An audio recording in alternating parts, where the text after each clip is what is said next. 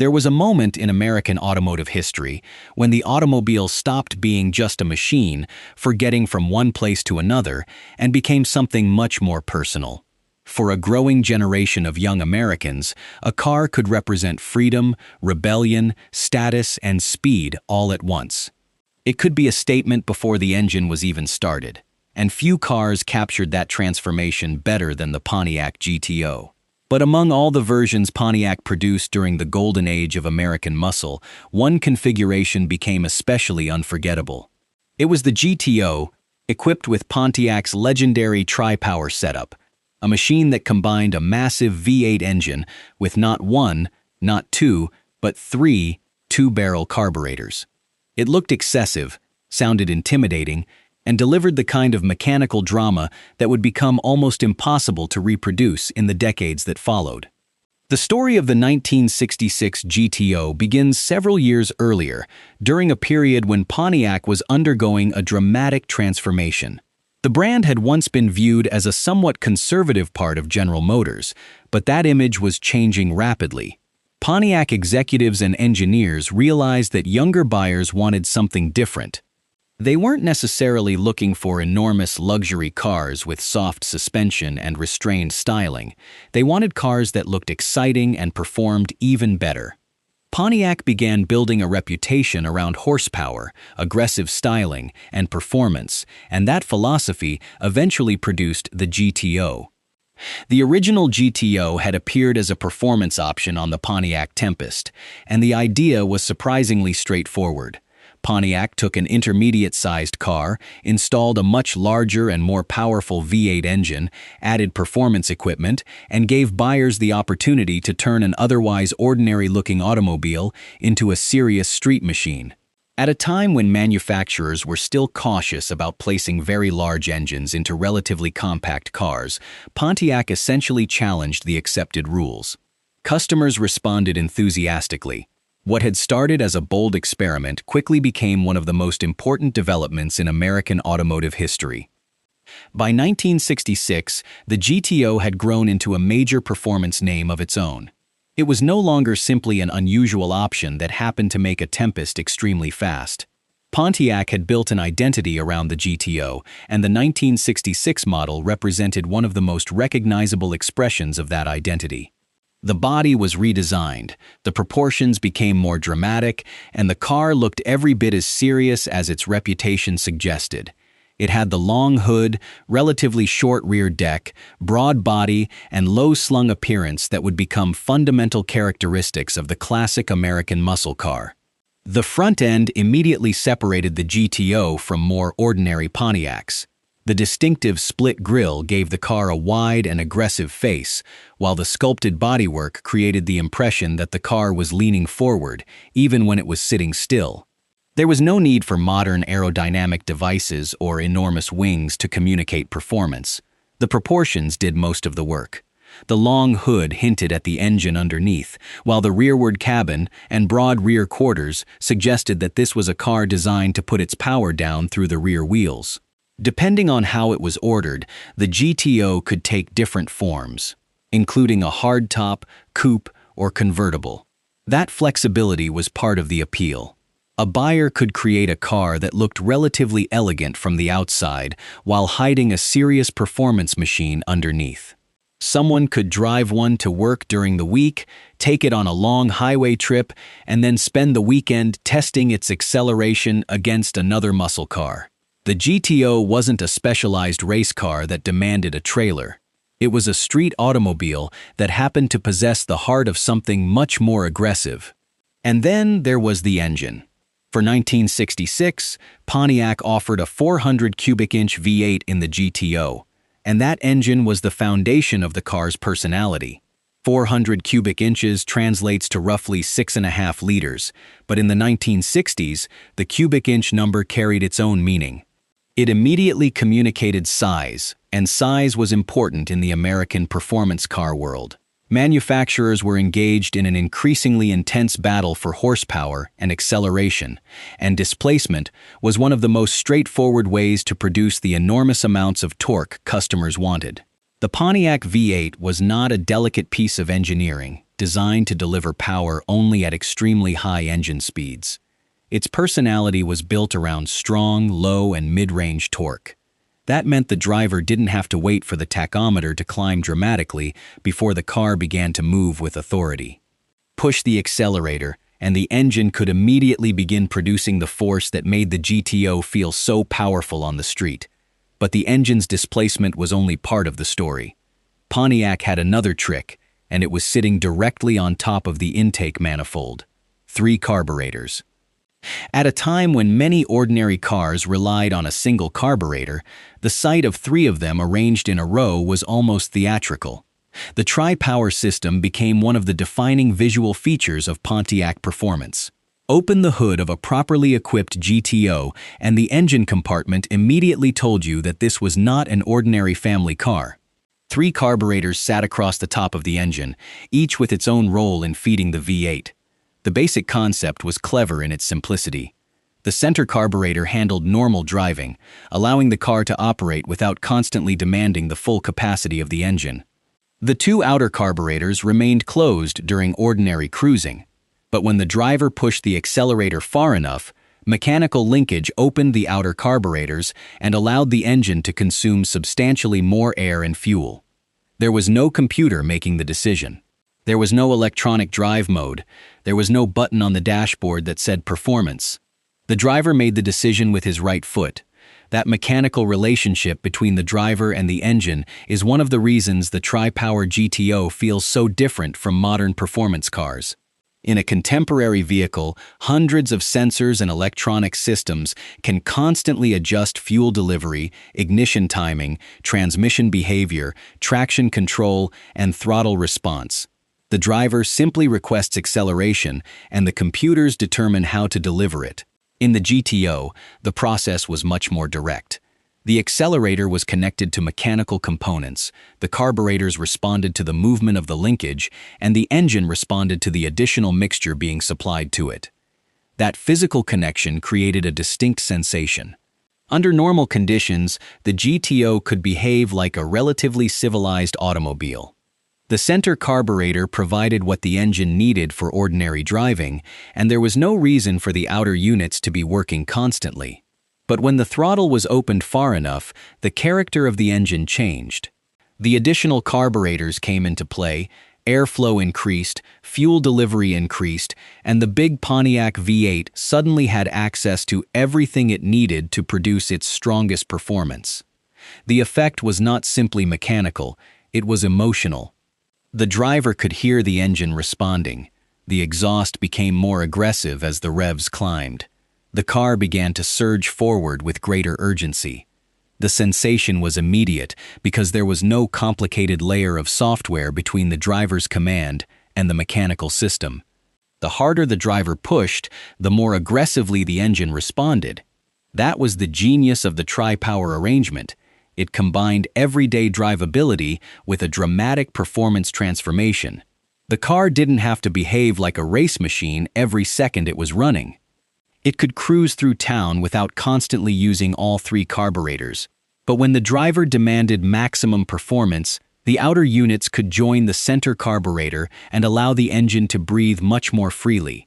Pontiac offered different engine and transmission combinations, but the Tri-Power setup was aimed directly at enthusiasts who wanted something more serious. The high-output version of the 400 cubic inch engine was rated at approximately 360 horsepower, accompanied by a substantial amount of torque. Those figures may not sound extraordinary when compared with modern performance cars, but the experience of driving the GTO was about much more than a specification sheet.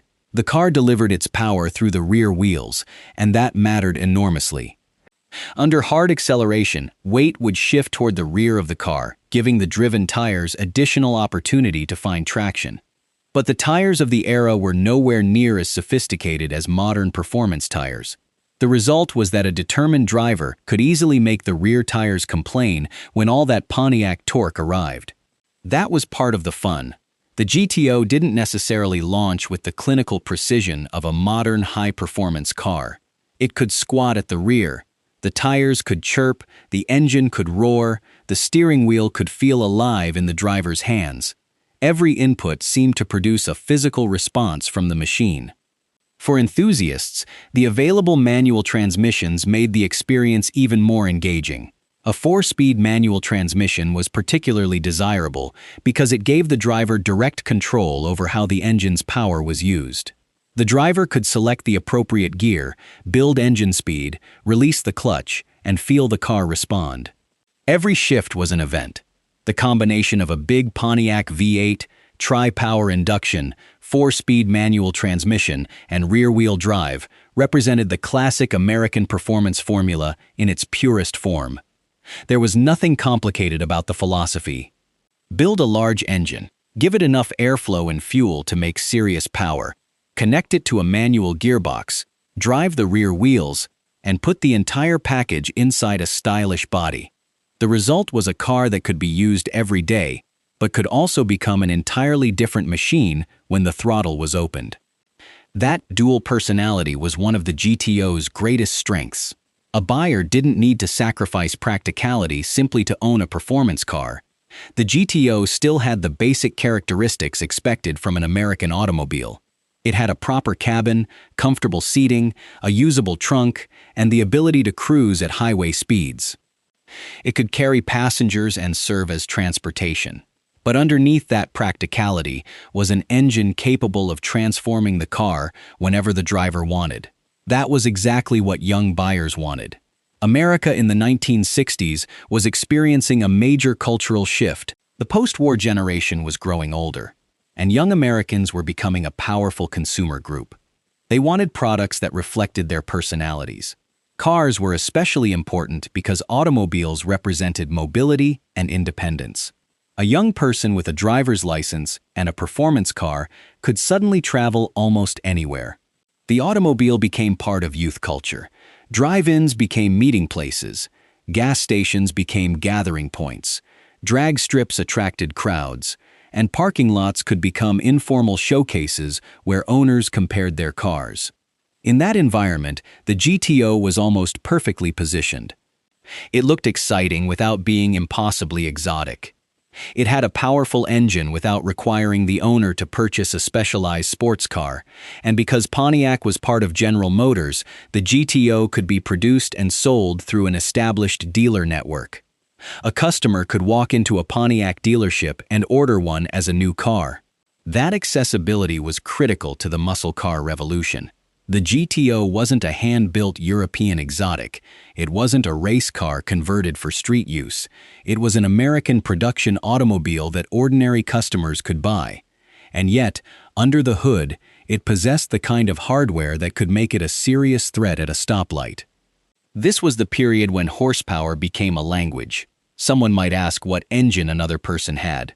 Then came the questions about transmission, rear axle, carburation, exhaust, and modifications. The details mattered because performance wasn't simply something you experienced alone. It became part of the social culture surrounding the car. And among those details, Tri-Power was one of the most impressive. Imagine two GTOs parked beside each other. From a distance, they might appear almost identical. Same basic body shape, similar proportions, similar stance. But open the hood of the Tri-Power car and the difference became immediately obvious. 3 carburetors, 3 air cleaners, a mechanical linkage connecting the system, a large V8 underneath. It was impossible to miss. That visual drama helped turn Tri-Power into more than an engineering feature. It became a symbol of performance. Even people who knew very little about engines could recognize that 3 carburetors looked serious. 1 carburetor looked normal, 2 looked interesting, 3 looked excessive. And excess was exactly what the muscle car era was about. American manufacturers weren't competing to build the smallest or most economical engines. They were competing to deliver more power, more acceleration, and more excitement. Buyers were being offered increasingly powerful cars, and each new model seemed determined to make the previous year's performance numbers look ordinary. Pontiac understood the psychology perfectly. The GTO was marketed as a car for people who wanted excitement, and the Tri-Power configuration visually reinforced that message every time the hood was opened. But the GTO's importance went beyond its own sales. It helped establish a formula that other manufacturers would soon chase aggressively. Once Pontiac demonstrated that customers were willing to buy a relatively compact, stylish car with a large performance-oriented V8, competitors began responding with their own machines. The muscle car war was taking shape. Ford had the Mustang and would continue expanding its performance lineup. Chevrolet was developing increasingly serious versions of the Chevelle and other models. Plymouth and Dodge would eventually bring some of the most famous Mopar muscle cars into the battle. Buick and Oldsmobile would develop their own performance identities. The market was becoming crowded with cars designed to impress young drivers. But Pontiac had arrived early enough to establish the GTO as one of the names people remembered, and the 1966 version was particularly important because the car had matured without losing the raw character that made it exciting. The styling had become more sophisticated. The interior could be comfortable. The car could be driven every day. Yet beneath the hood was still a machine that seemed completely out of proportion to the ordinary purpose of transportation. That contradiction was the essence of the muscle car. The GTO didn't look like a race car in the traditional sense. It didn't need racing numbers painted across the doors. It didn't need a giant rear wing. It didn't need exposed mechanical components. It simply looked like a powerful American automobile. Then you started the engine. The big V8 would settle into its deep idle, and the entire car seemed to vibrate with mechanical energy. The exhaust note was unmistakably different from the ordinary six-cylinder and small V8 cars surrounding it. There was weight behind the sound. Each pulse from the exhaust seemed to remind anyone nearby that something considerably larger was sitting under the hood. Then came the first movement of the accelerator. The engine responded. Push harder. The revs climbed. Push harder still. The outer carburetors began to open, and the personality of the car changed. That moment is difficult to explain to someone who has only experienced modern performance vehicles. Today, acceleration can be unbelievably fast, but it often happens with astonishing smoothness. Electronics manage the process so efficiently that the driver may barely notice the individual mechanical events taking place. The GTO was different. You could hear it. You could feel it. You could sense the engine taking in more air. You could feel the drivetrain responding. You could hear the exhaust becoming louder. The entire automobile communicated its effort, and that made the experience memorable. The GTO wasn't trying to hide the fact that it was working. It celebrated it. Every vibration, every engine note, every shift, and every movement of the suspension became part of the experience. This is why the 1966 Pontiac GTO Tri-Power deserves to be remembered as more than simply another classic car. It represented a moment when American manufacturers discovered that performance could be sold as a lifestyle. It represented the growing confidence of Pontiac as a performance brand. It represented the beginning of a horsepower war that would produce some of the most famous automobiles ever built. And it represented an engineering philosophy that has almost completely disappeared. The philosophy was simple. If you wanted more power, give the engine more air and more fuel. If you wanted more torque, build a larger engine. If you wanted more excitement, connect the driver directly to the machinery. And if one carburetor wasn't enough, use 3. That final decision may sound almost comical today, but in the context of 1966, it made perfect sense. The Tri-Power system gave Pontiac a powerful visual identity and provided the engine with an effective way to increase airflow when the driver demanded maximum performance. The result was a car that could behave calmly when necessary and become aggressive whenever the road opened up. That was the magic. The GTO didn't have to announce itself constantly. It could cruise quietly enough through town. It could sit at a traffic light looking almost civilized. It could roll into a parking lot without revealing everything it had underneath the hood. But there was always another personality waiting. All the driver had to do was push the accelerator. The center carburetor was already working. The outer carburetors were waiting. The engine was ready. And once all three carburetors were doing their job, the 1966 GTO Tri-Power became exactly what Pontiac had intended it to be: a street machine with enough attitude, power, and mechanical drama to become one of the defining legends of America's golden muscle car era. And the truly remarkable part was that Pontiac was only getting started. If the styling of the 1966 Pontiac GTO was enough to get people's attention, it was what happened under the hood that made them stay interested. The GTO's reputation wasn't built simply on its appearance.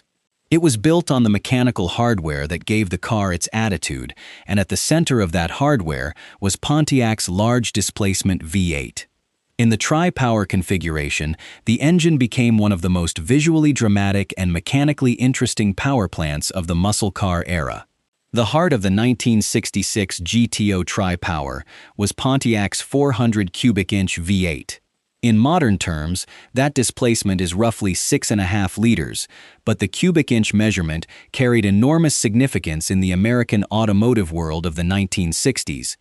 Bigger engines were associated with bigger performance, and Pontiac had built an engine that could produce substantial torque without requiring exotic technology. The Pontiac V8 was a product of an engineering philosophy that relied heavily on displacement, airflow, compression, and mechanical simplicity. Instead of trying to extract enormous amounts of power from a small engine spinning at extremely high RPM, Pontiac could use a large engine to generate strong torque across a broad range of engine speeds. That characteristic was particularly useful in a heavy American performance car because it meant the driver could feel substantial acceleration without constantly keeping the engine near its limit. But the engine's size was only the beginning. Sitting on top of it was the component that gave the GTO its most recognizable mechanical identity: the Tri-Power intake system. 3 two-barrel carburetors were arranged across the intake manifold, with the center carburetor positioned between the two outer units. It was an arrangement that looked almost excessive, especially to anyone accustomed to ordinary passenger cars of the period. The center carburetor was responsible for normal operation. During everyday driving, the engine didn't need the full airflow capacity of all 3 carburetors, so the outer units remained closed. This allowed the GTO to operate in a relatively conventional manner while cruising around town or traveling along the highway. The magic happened when the driver demanded more power. As the accelerator was pushed farther, mechanical linkage progressively brought the outer carburetors into operation. The additional carburetors opened and allowed considerably more air and fuel to reach the engine. There was no electronic computer deciding when to activate them. There was no software interpreting throttle position. It was a mechanical system responding directly to the driver's input. That directness is one of the most fascinating things about the Tri-Power GTO. Modern performance cars can make far more horsepower, but their relationship between the driver and engine is filtered through layers of electronics. Sensors constantly monitor throttle position, engine speed, airflow, temperature, wheel speed, and countless other parameters.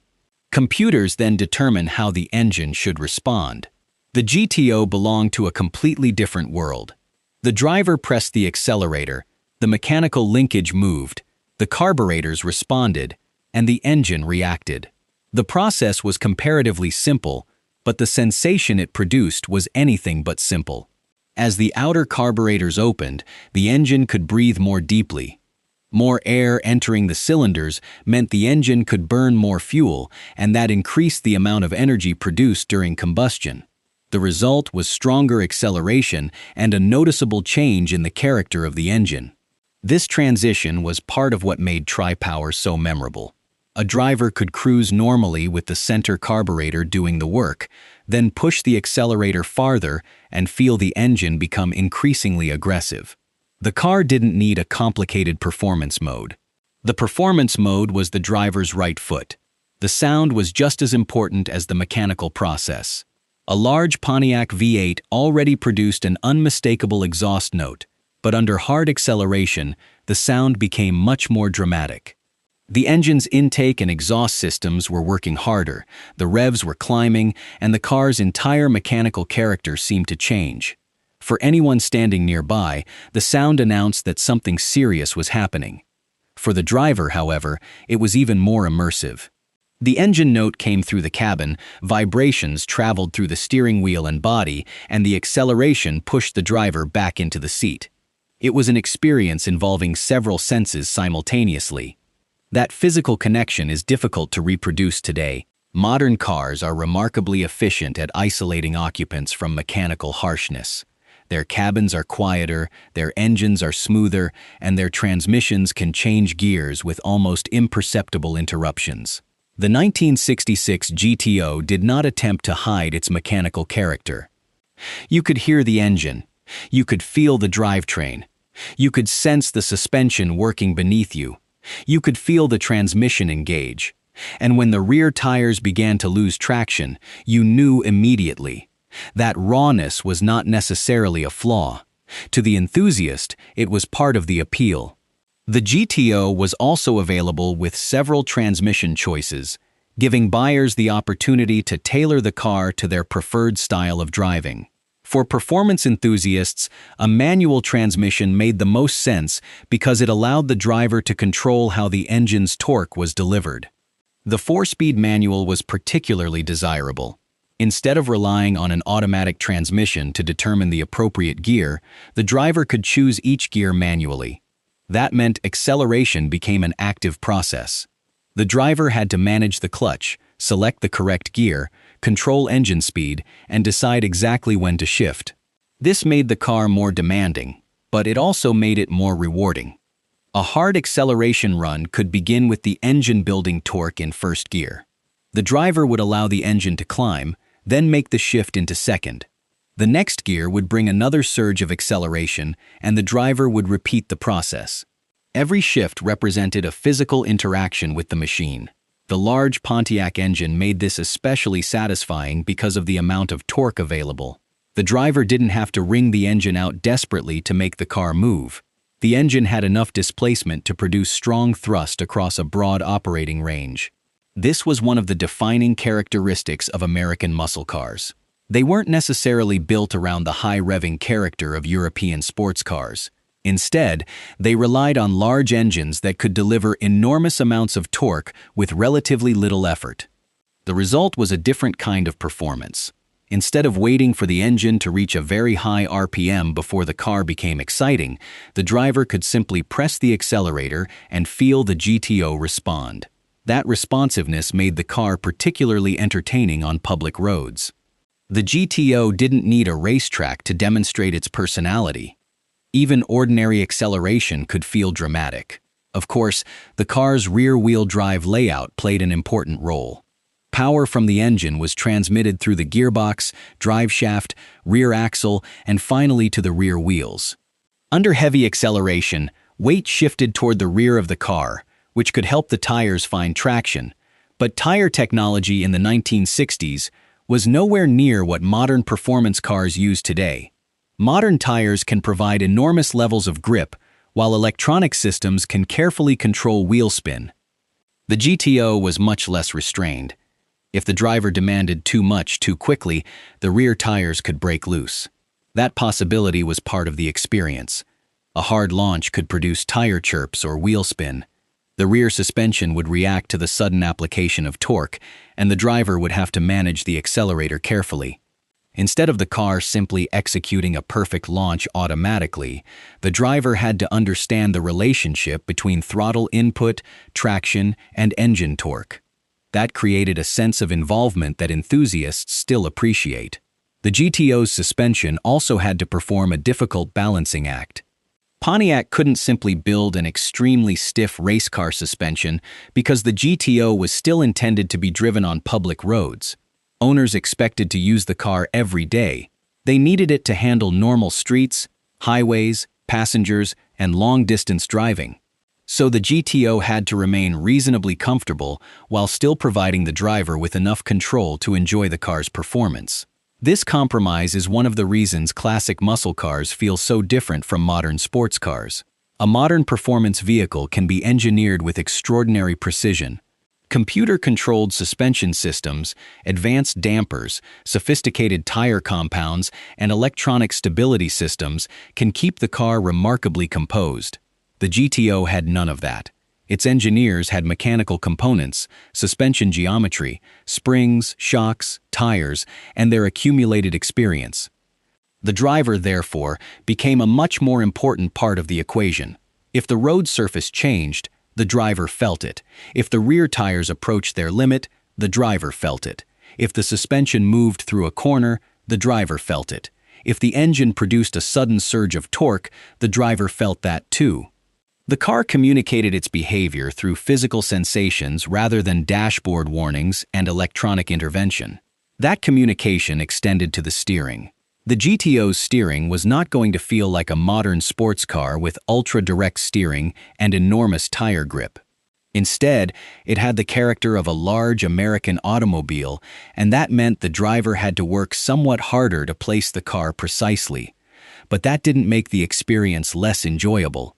In fact, for many enthusiasts, it made the experience more authentic.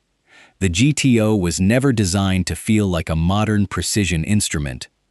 It was designed to feel powerful. Its mission was to provide the driver with the sensation of controlling a large, powerful American machine. The brakes were similarly important. Stopping a large performance car required serious braking hardware, but the technology available in the 1960s was far less sophisticated than what exists today. Drivers had to leave more room, anticipate traffic, and understand that stopping distances would not resemble those of a modern performance vehicle. Again, that added to the responsibility of driving the car. The GTO demanded attention, and that was part of its character. Inside the cabin, however, Pontiac didn't turn the GTO into a stripped-down racing machine. The car retained the basic comfort and usability expected from a production Pontiac. That balance helped distinguish the muscle car concept from dedicated performance vehicles. A GTO owner could have fun on a winding road or at the drag strip, but he could also drive the car to work, take passengers along, and use it for ordinary transportation. That versatility was one of the greatest achievements of the muscle car formula. The car could be practical and outrageous at the same time. It could sit quietly in a driveway in the morning and become a completely different machine that afternoon. And unlike many exotic performance cars, the GTO didn't require the owner to sacrifice normal American car practicality simply to gain speed. The interior also reflected the period in which the car was created. Large instruments, physical controls, traditional materials, and a straightforward dashboard layout were all part of the experience. There was no enormous central touchscreen, there were no digital performance displays, there was no electronic system explaining what the engine was doing. The driver simply had the necessary instruments and controls. Everything else came from experience. That simplicity is increasingly attractive to collectors today. When you climb into a 1966 GTO, you're stepping into a world before the automobile became heavily computerized. The car doesn't try to communicate through software, it communicates through mechanical sensation. The accelerator pedal has a physical connection to the carburetors. The gear lever has a physical connection to the transmission. The steering wheel has a physical connection to the steering system.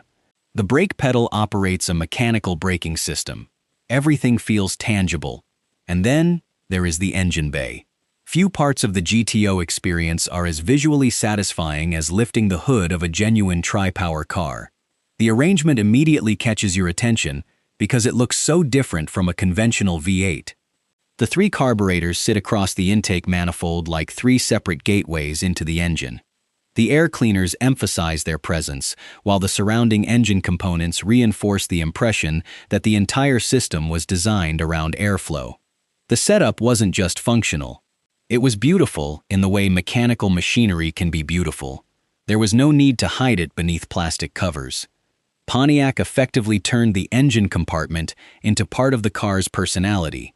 And that mattered during the muscle car era because the engine bay was part of the social experience. Owners opened their hoods at car shows, gas stations, drag strips, and gatherings. People looked at engines and compared them. The hood itself became a stage, and Tri-Power was one of the best performers. Even someone who didn't understand the technical details could see that three carburetors meant business. The setup also contributed to the GTO's mythology because it represented excess in a way that was easy to understand. The idea was almost comically straightforward. If one carburetor can feed the engine, why not use three? Of course, the engineering was more nuanced than that, but the visual message was simple. More airflow, more fuel, more performance. That was the language of the 1960s. The Tri-Power system also reflected the broader technological environment of the period. Carburetors were the dominant method of supplying fuel to many gasoline engines, and engineers were constantly experimenting with ways to improve airflow and fuel delivery. Multiple carburetor arrangements were not unique to Pontiac, but Pontiac made the concept part of its performance identity. The result became closely associated with the brand. When enthusiasts heard the phrase Tri-Power, they immediately thought of Pontiac's performance cars. And when they saw three carburetors sitting on top of a Pontiac V8, they knew they were looking at something special. The GTO's reputation grew alongside the increasing competition in the American performance market. Every manufacturer wanted a car that could attract young buyers, and performance became one of the most powerful marketing tools available. Quarter-mile acceleration became a subject of conversation. Horsepower figures appeared in advertisements. Engine options became selling points. Transmission choices became badges of enthusiasm. The street became an unofficial battlefield, and the GTO had earned a reputation as one of the cars that could fight. But its importance wasn't simply about winning every race. It was about creating an identity strong enough to make people want the car. The GTO didn't have to be the absolute fastest machine in every situation to become successful. It needed to feel exciting, look exciting, and give the owner the sense that he had purchased something special. Tri-Power helped achieve exactly that. The car's personality came from the combination of all its components, rather than from one number on a specification sheet. The large V8 gave it torque. The three carburetors gave it airflow and visual drama. The rear-wheel drive layout gave it a traditional performance character. The manual transmission gave the driver control, the styling gave it presence, and the sound gave it emotion.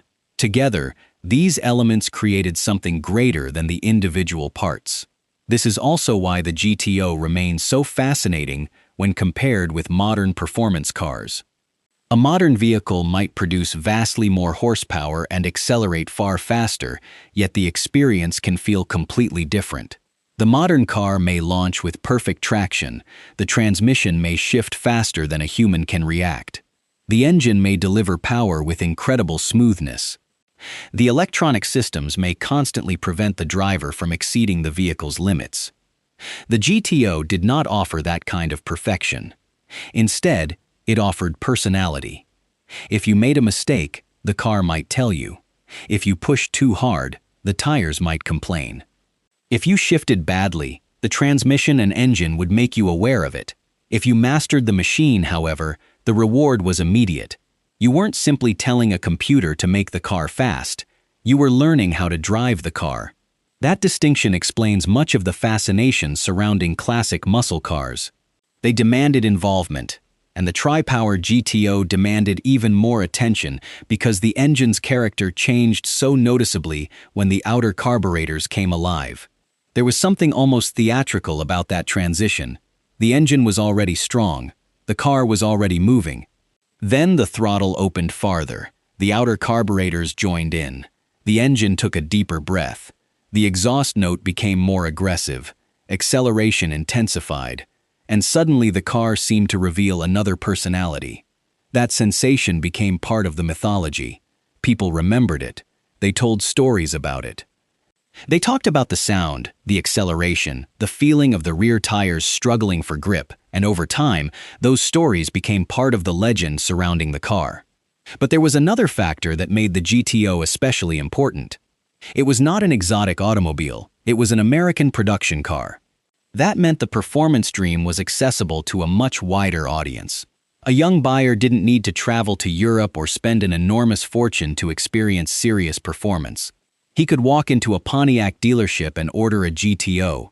That democratization of performance was one of the defining achievements of the muscle car era. Cars that once would have been considered extraordinary became available to ordinary buyers, and once customers realized they could have this kind of performance in a street car, demand grew. Manufacturers responded. The competition became more intense, and the horsepower war accelerated. The 1966 GTO therefore occupies an important position in the timeline of American performance cars.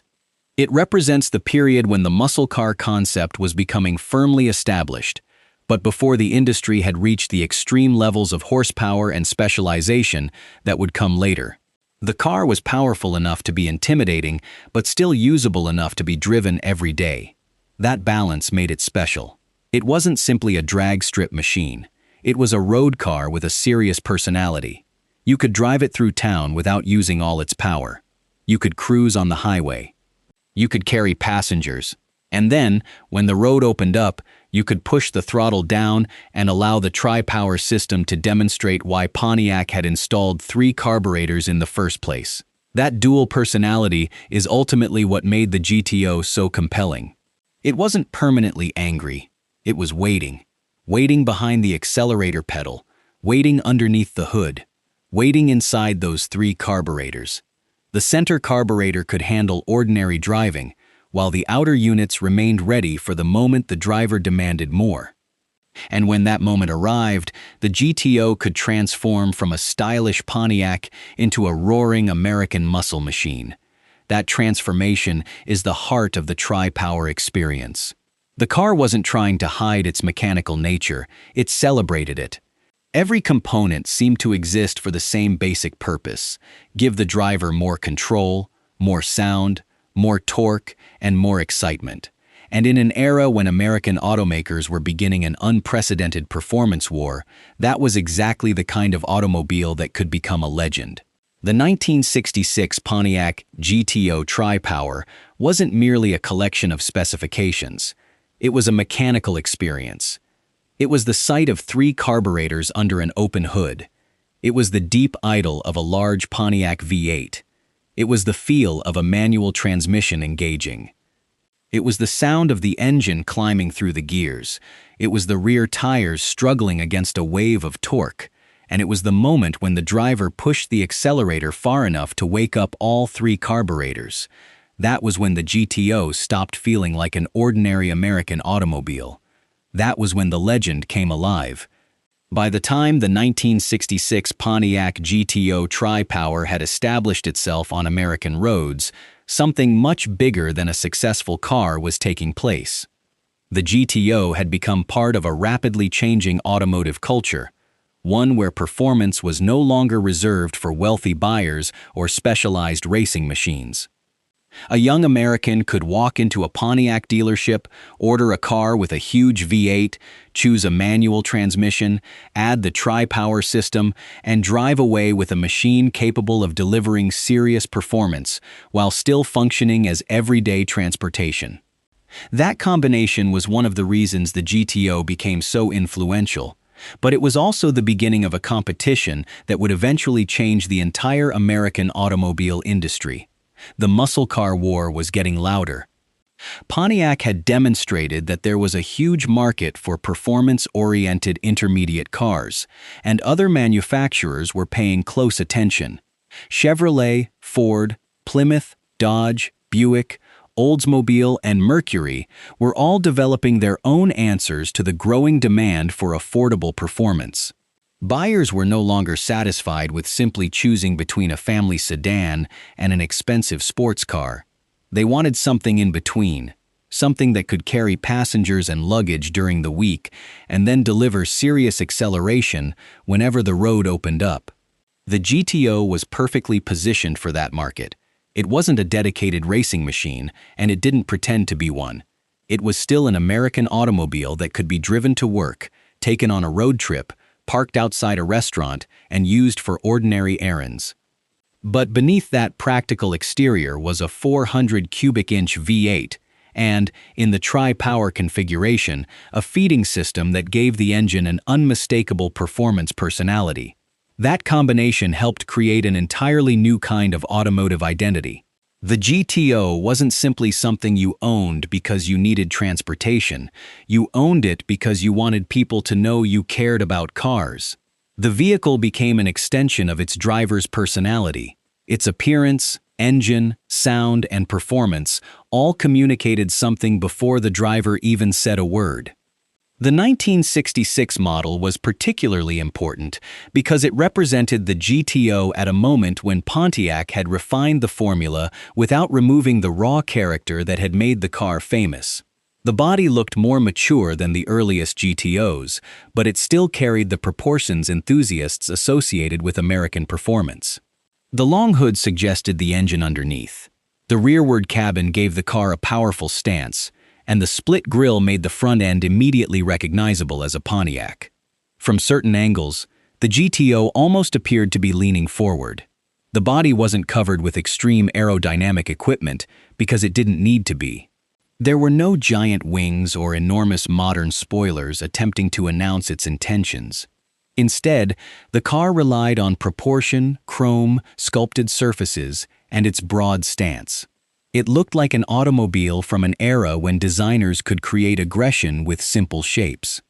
That visual identity became even more powerful when combined with the Tri-Power engine. Open the hood and the entire character of the car became obvious. 3 carburetors sat prominently on top of the V8, creating an engine bay that looked almost like a mechanical advertisement for excess. The arrangement was immediately understandable, even to someone who wasn't an expert. 3 carburetors meant this was not an ordinary GTO. It was a statement. During the 1960s, the engine compartment was part of the social experience of owning a performance car. Owners would gather at drive-ins, gas stations, drag strips, and car shows, and sooner or later somebody would open a hood. Engines became conversation pieces. People compared carburetors, intake manifolds, exhaust systems, transmissions, rear axles, and horsepower figures. In that environment, Tri-Power had enormous visual appeal. You didn't need to explain it before people became interested. They could see the 3 carburetors sitting there. The hardware itself created questions. What engine is that? How much power does it make? How fast is it? What transmission does it have? That was exactly the kind of attention Pontiac wanted. The GTO had become a performance brand within the Pontiac lineup, and Tri-Power represented one of the most desirable ways to experience that performance. It gave the car an identity that went beyond its basic engine displacement. Plenty of cars had large V8s. Far fewer had 3 carburetors arranged across the top of the engine. The system also helped create a memorable driving experience. During normal cruising, the center carburetor could handle the engine's needs, allowing the car to behave in a relatively civilized manner. But when the driver pushed the accelerator farther, the outer carburetors opened through their mechanical linkage. More air and fuel became available, and the engine responded with greater urgency. That transition was one of the defining experiences of the car. There was a sense that the GTO had 2 personalities. One was relatively calm and practical, capable of cruising around town or traveling down the highway. The other was aggressive and impatient, waiting for the driver to demand everything the engine could provide. The difference was created almost entirely by mechanical components. There was no electronic performance mode. There was no computerized throttle mapping. There was no digital display telling the driver that the car had entered a special setting. The accelerator simply moved the mechanical linkage, the carburetors responded, and the engine did the rest. That direct connection became increasingly special as automotive technology advanced.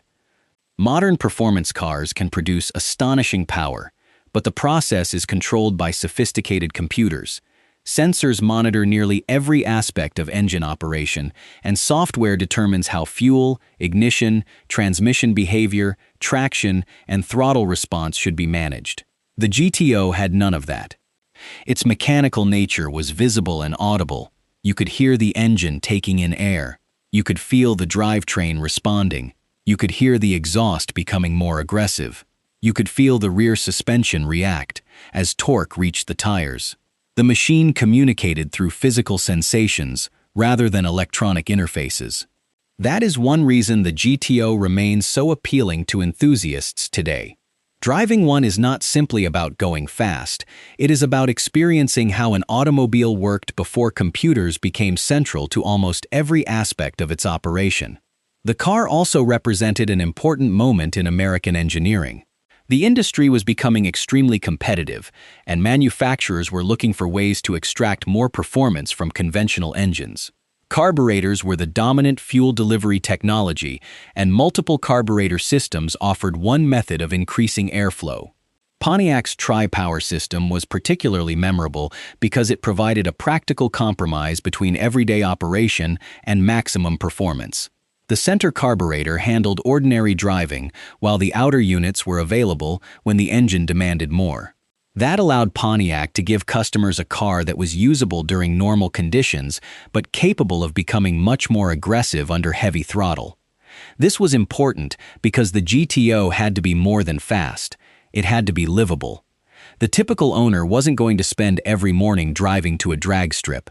The car needed to function in traffic, on highways, and around town. It needed to start, idle, cruise, and carry passengers. At the same time, nobody bought a Tri-Power GTO because they wanted an ordinary commuter. The entire point was that something special was waiting underneath the hood. That contradiction made the car fascinating. It could be calm when you wanted it to be calm, and aggressive when you wanted it to be aggressive. The same car that could cruise through a suburban neighborhood could suddenly become a roaring machine when the driver opened the throttle on an empty stretch of road. And because the car was rear-wheel drive, the driver could physically feel the power being transferred to the pavement. The large V8 generated substantial torque, and under hard acceleration, the rear of the car could settle as weight shifted backward. The tires of the period were not capable of producing the enormous levels of grip available from modern performance tires, so managing the accelerator was part of the experience. A driver who simply stomped on the throttle could easily overwhelm the rear tires. A driver who understood the car could use the accelerator more carefully and find the balance between power and traction. That difference mattered. The GTO rewarded confidence, but it also demanded respect. This was not a machine that could automatically rescue every mistake. There was no sophisticated electronic stability system constantly correcting the driver's inputs. If the rear tires lost traction, the driver had to respond. That level of involvement contributed to the car's reputation as a genuine muscle machine rather than simply a fast automobile. The same principle applied to the manual transmission. A 4-speed gearbox allowed the driver to decide when to shift, which meant acceleration became an interactive process. The driver had to coordinate the clutch, throttle, gear selection, and engine speed. A good driver could make the car feel incredibly quick. A careless driver could make the same car feel difficult. That was part of the personality of classic performance automobiles. The machine didn't do everything for you. It expected you to participate, and when you learned how to work with it, the reward could be enormous. The GTO's ability to deliver strong torque across a broad range of engine speeds also meant that the driver didn't need to constantly chase high RPM to enjoy the car. The large displacement V8 could pull strongly from relatively low engine speeds, giving the car a sense of effortless strength. That characteristic became one of the trademarks of American muscle. European sports cars of the era often emphasized lightweight, high-revving engines and precise handling. American muscle cars took a different approach. They emphasized displacement, torque, straight-line acceleration, and dramatic styling. The GTO was one of the cars that defined that philosophy. It wasn't trying to be a lightweight European sports car. It wasn't trying to take the tightest corner with surgical precision. It wanted to accelerate hard, sound powerful, look aggressive, and make its driver feel like he was controlling something substantial. And it succeeded. The cultural impact of that approach was enormous. Young buyers began associating cars with freedom and identity in a way that had never existed on such a large scale. The automobile became part of youth culture. Performance cars appeared in advertisements, magazines, movies, television programs, and conversations across the country. The GTO became one of the names associated with that movement. Its reputation spread beyond the people who actually owned one. Someone might never have driven a GTO but still knew what the name represented. Fast, loud, powerful, Pontiac. That was the power of the brand. But the very success of the muscle car formula eventually created a problem for manufacturers. Once customers discovered that performance could be sold, competition became increasingly intense. Every manufacturer wanted to produce a car that was faster, more powerful, or more exciting than the competition. Horsepower numbers began climbing. Engine sizes increased. Performance packages became more specialized. The muscle car era became a race within the automotive industry. Pontiac had helped open the door, but now everyone wanted to walk through it. For a while, this competition produced some of the most extraordinary American automobiles ever built. Engines became larger and more powerful, while engineers continued finding ways to improve airflow, compression, exhaust, camshaft design, and fuel delivery. But the golden age couldn't last forever. The environment surrounding the automobile industry was changing. Insurance costs were becoming an increasing concern for young performance car buyers. Government regulations were becoming more demanding. Emissions requirements were beginning to influence engine design. And eventually, fuel prices and the energy crisis would dramatically change the way Americans thought about large displacement performance cars. The enormous engines that had once been symbols of freedom and prosperity increasingly became associated with fuel consumption. The automotive world was moving toward a different future. But in 1966, none of that had arrived yet. The GTO existed in a moment when manufacturers could still build a large displacement performance car and market its power as a major selling point. That timing is one of the reasons the 1966 Tri-Power is so important today. It captures the muscle car era before the restrictions and compromises of the following decade fundamentally changed the performance landscape. It represents the period when more horsepower was almost always considered better. More displacement was desirable. More carburetors were exciting. More engine was better. And if the engine bay looked excessive, that was considered a feature rather than a problem. The GTO was a product of that philosophy. But what happened to the individual cars after they left Pontiac dealerships is just as interesting as their original specifications. These cars were not initially treated like priceless classics. They were new cars. Owners drove them. They raced them. They modified them. They took them on road trips. They used them as daily transportation. Some were maintained carefully, while others were driven extremely hard. Some received aftermarket parts. Others were modified for drag racing. Some eventually changed hands several times. And some simply disappeared. That last part is important because the muscle cars of the 1960s were not built with the expectation that collectors would preserve them for generations. They were built to be used. As a result, many examples were eventually worn out, crashed, modified beyond recognition, or scrapped. The cars that survived became increasingly important as the years passed. Eventually, collectors began recognizing what they represented.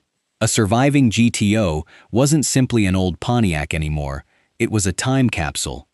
A reminder of the period when American manufacturers were engaged in an extraordinary performance competition, and a genuine Tri-Power car became even more interesting because of the uniqueness of its configuration. Collectors began paying closer attention to originality. The correct engine became important. The correct carburetors mattered. The correct intake manifold mattered. The correct air cleaners mattered. Documentation became valuable. The more completely a car could be connected to its original specification, the more historically significant it became.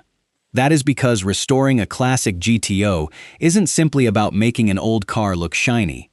It is about recreating a particular moment in automotive history. A properly restored 1966 Tri-Power can show modern enthusiasts exactly what Pontiac was trying to accomplish. The engine bay communicates the technology of the period. The interior communicates the design philosophy. The body communicates the styling trends. And the driving experience communicates the mechanical character. It becomes a rolling historical document. That is why the car's significance extends beyond its performance numbers. The GTO helped establish the modern idea of an affordable American performance car. It showed manufacturers that buyers were willing to choose horsepower and excitement over practicality alone. It helped create the market that would eventually produce legendary machines from almost every major American manufacturer. And it helped transform the automobile into a symbol of youth culture. Among all those contributions, the Tri-Power setup remains one of the most recognizable. 3 carburetors are visually unforgettable. They are also mechanically fascinating because they represent an approach to engine performance that has almost completely disappeared. Today, fuel injection is standard. Electronic engine management is standard. Computers constantly calculate fuel requirements. Modern engines can precisely control airflow and fuel delivery under almost every condition. The Tri-Power GTO did not need that level of precision. It used mechanical components and careful engineering to achieve the desired result. That doesn't make the old system better in every technical sense. Modern fuel injection is vastly more efficient and precise. Modern engines are cleaner and easier to operate. Modern performance cars are faster and more reliable in many respects. But the old system had something modern technology cannot easily reproduce. It had theater. When the hood opens, the 3 carburetors are right there. When the engine runs, you hear it. When the accelerator is pushed, the mechanical linkage moves. When the outer carburetors open, the engine responds. The entire process is visible, audible, and physical. That is what gives the Tri-Power GTO its character, and character is one of the most valuable qualities an automobile can possess. A car can be fast without being memorable. It can be expensive without being desirable. It can be technologically advanced without being emotionally engaging. The GTO succeeded because it combined performance with personality. Its shape made people look. Its engine made people listen. Its acceleration made people remember. And its Tri-Power setup gave enthusiasts something they could talk about decades after the car was new.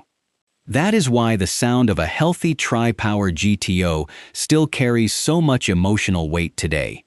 The engine fires, the V8 settles into its heavy idle, the exhaust pulses through the air, the driver touches the accelerator, the RPM rises, the car begins moving, then the throttle opens farther. The outer carburetors come into play. The engine takes a deeper breath. The sound becomes more aggressive. The GTO surges forward. For a few seconds, the driver is transported back to a period when the American automobile industry was willing to build machines simply because people wanted them. There was no need for an electric motor to provide instant torque. No need for software to create artificial engine sounds. No need for a computer to manage a launch. The experience came from fuel, air, combustion, gears, tires, and mechanical skill. That rawness is exactly why classic muscle cars continue to attract enthusiasts. They offer something modern performance cars cannot perfectly reproduce, a feeling that the machine is alive and that the driver is directly responsible for what happens next. The 1966 GTO Tri-Power may not have the absolute performance of a modern supercar, but comparing the two purely through numbers misses the point.